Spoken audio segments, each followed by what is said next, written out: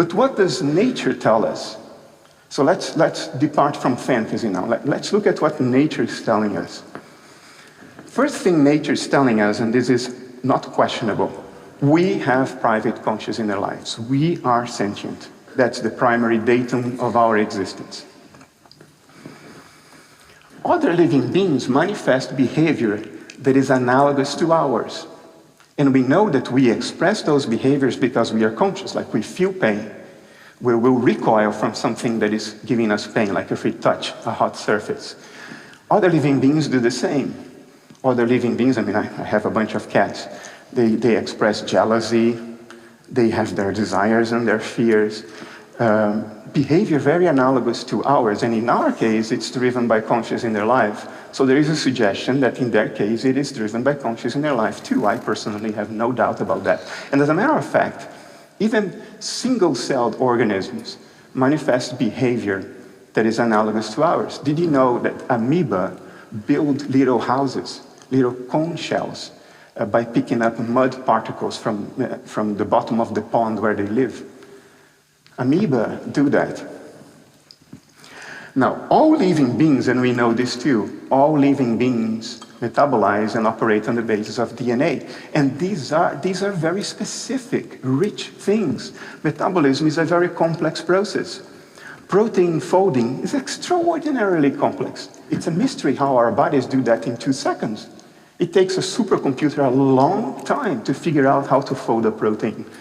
And the entire basis of our form, of our functioning, arising from DNA, that's applicable to all life, even the amoeba.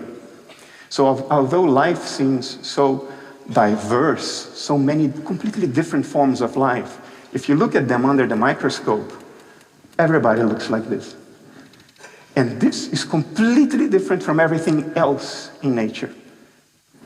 So we are well grounded if we extrapolate our own sentience towards other living beings. There's plenty of reason to do that. Analogy of form and function and behavior. But to extrapolate that to a conscious piece of melted sand and metal, I think that goes a little too far. But then the reply I get, the counter-arguments I get are this. Consciousness could be multi-instantiated. For instance, like flight. Birds fly. Airplanes are totally different from birds. And airplanes fly too. Could this be the case for consciousness? Well, if we are operating at this level of abstraction, the answer would have to be yes, but there are obvious differences. In the case of flight, we understand the underlying mechanisms. And we are in a good position to be able to say, well, this, although it's completely different, because we understand the mechanisms of flight, this should fly too. But when it comes to consciousness, we don't have that, so we are operating in the dark. You cannot possibly aim, or you cannot possibly maintain this opinion in an informed way if you don't know the underlying mechanisms. So you're just, again, appealing to ignorance, to maybe, well, perhaps, who knows? Yeah, okay. So let's tackle this perhaps and who knows more specifically. People say, Bernardo, you cannot categorically refute that silicon computers may become consciousness. And that is true. I cannot categorically refute that. But there are a great many things I cannot categorically refute, such as the flying spaghetti monster.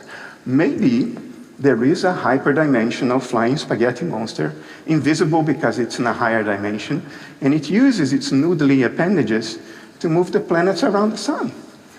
Goodness knows the evidence is consistent with it. The planets do move around the sun.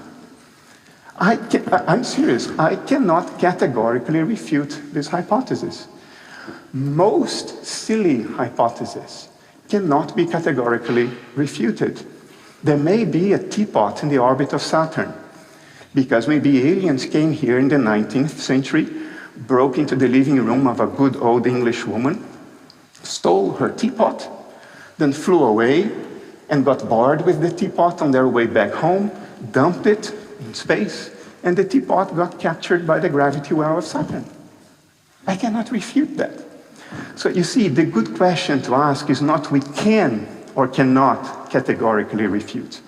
We cannot categorically refute a great many silly things.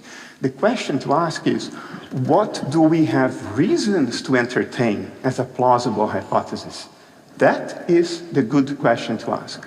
And I submit to you, we have no reason to entertain sentient silicon computers as a plausible hypothesis.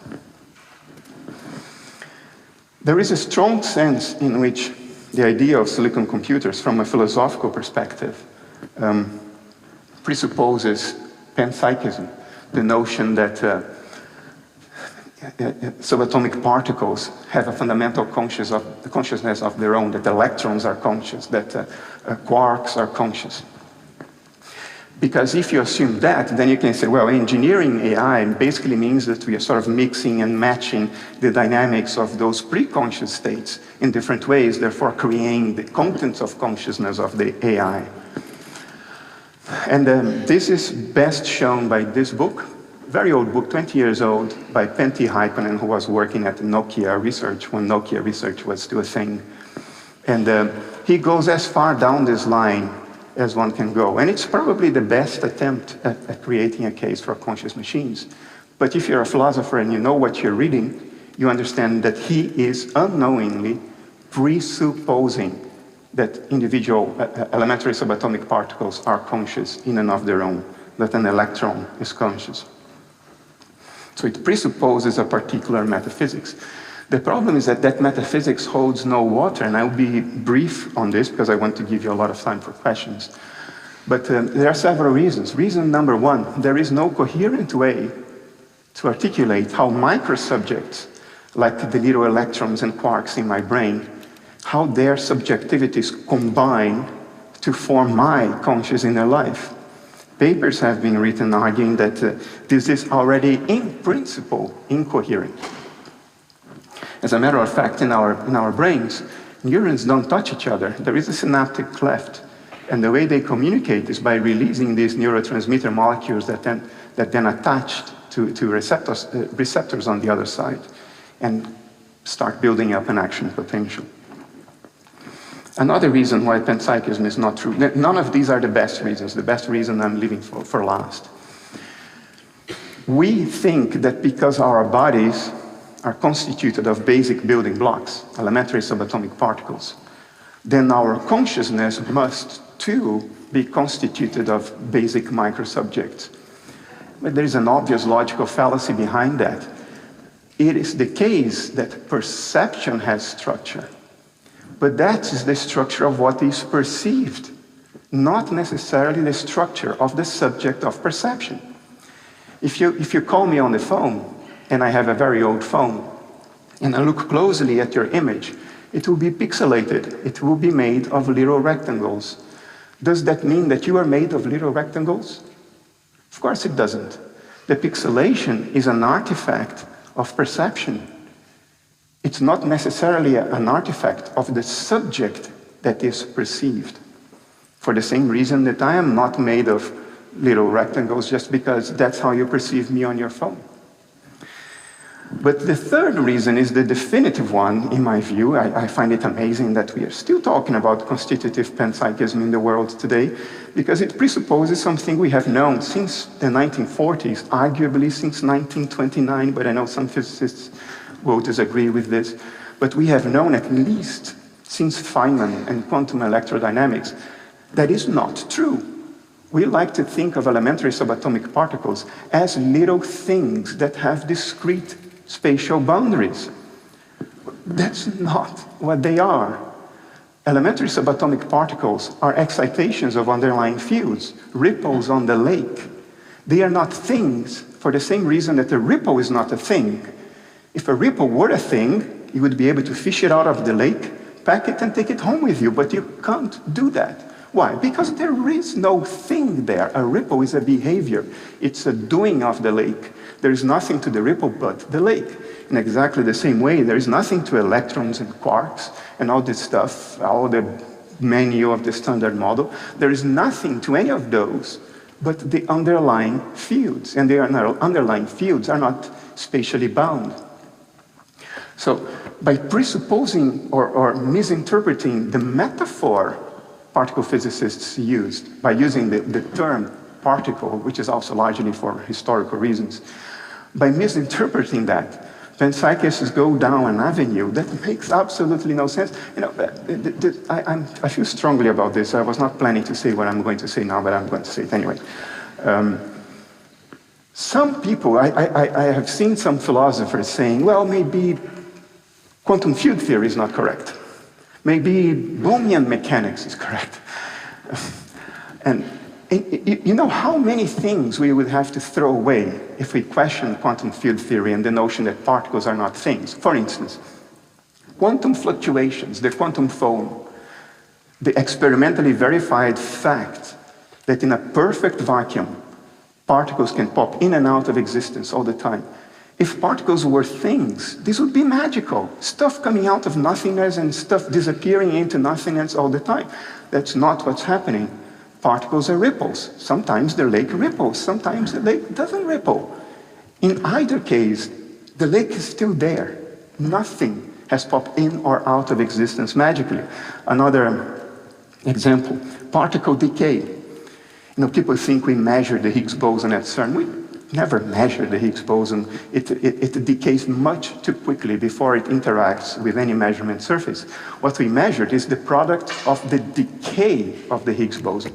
For instance, we discovered, to much of our surprise, that the Higgs boson can decay into two muons.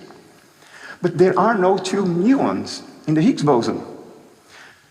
How can this happen? Well, because the Higgs boson is not a thing, it's a ripple. When ripples lose energy, they acquire other different physical properties. Height may reduce, they may become elongated. If they interfere with an obstacle, they can create self-interference, ripples interfere with one another. That's why you start from a Higgs boson and you end up with two muons, because the ripple changes as it loses energy. But if you think of particles as little things, now the Higgs boson is disappearing into nothing, and magically two muons are popping up out of nothing. And, you know, all of this stuff is technical. I'll mention one final example because it's very close to us in life. We all know what inertia is, right? When you're starting from zero, you're stopped with your bike on a traffic light, and then the light goes green and you start moving. It's much more difficult to start moving than to keep moving. That's called inertia. Mass resists acceleration. It resists changes in the velocity vector, either in direction or in speed. How do we account for that? And then people say, well, we account for that with the Higgs boson, the God particle. Not quite. The way we account for that is with the Higgs field. And although what I'm about to say is not accurate, and Thomas will give the next talk, he's listening to me here probably, and he will cringe when I say this, but I think it's fair enough. It's not too far from reality. It's the following metaphor. The Higgs field is a kind of viscous fluid, like water in a swimming pool. It's when you are not moving and then you want to start moving, you have to win over that viscosity.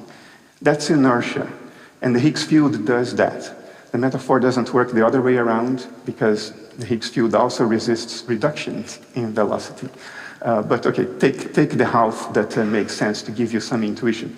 That's what accounts for inertia. And the fact that we found the Higgs boson betrays the existence of the Higgs field. That's why the Higgs boson is important. Not because it's a particle, but because it betrays the existence of its field.